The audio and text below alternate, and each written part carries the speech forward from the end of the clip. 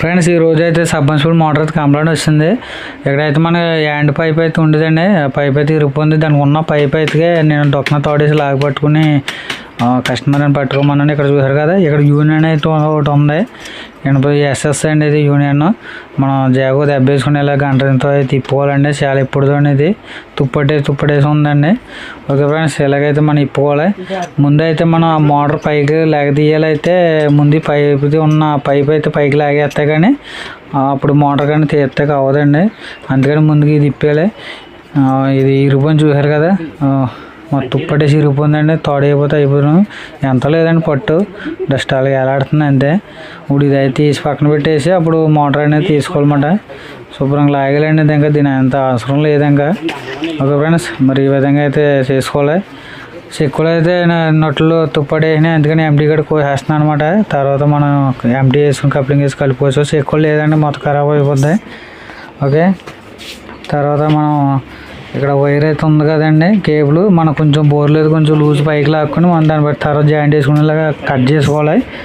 Cut చేసుకున్న తర్వాత మనం ఈ విధంగా కిందకి వెళ్ళిపోకుండా పైకి 3 వేసుకోవాలన్నమాట మోటార్కి. ఓకే ఫ్రెండ్స్, తర్వాత మనం పైకి అనేది లాక్కోవాలి. ఒక క్లాత్ ఒకటి మన చేతులు పెట్టుకుని లాక్కోవాలండి, అంటే నాస్ పట్టేసి ఉంటుంది లేదా జారిపోద్ది. ఓకే ఫ్రెండ్స్, మన క్లాత్ పెట్టుకుని జాగ్రత్తగా లాక్కోవాలి. ఓకే, ఈ విధంగా అయితే చాలా వెయిట్ ఉంటుందండి. ఇది నాస్ పట్టేసి ఉంటుంది కాబట్టి జారిపోద్ది. క్లాత్ అనేది కంపల్సరీ ఉండాలి. ఆల్రెడీ జారిపోతుందండి, ఇక్కడ క్లాత్ ఉండమని సరిపోయింది. బాగా నాసు పట్టి చూసారు కదా, కింద కూడా ఎలాగుందా నాసు పట్టేసింది. ఓకే ఫ్రెండ్స్, మరి ఈ విధంగా లాగాలి, లేదంటే మనకి ఇబ్బంది అవుద్ది. అండ్ పర్ఫెక్ట్గా లక్కులు ఏమంతా ఎడవచ్చిన మోటార్ కిందకి వెళ్ళిపోద్ది. ఓకే, లాగినప్పుడు కూడా స్ట్రాంగ్గా పట్టుకోవాలి టైట్గానే. ఓకే ఫ్రెండ్స్, మరి ఇప్పుడు అయితే లేపుతాను చూడండి.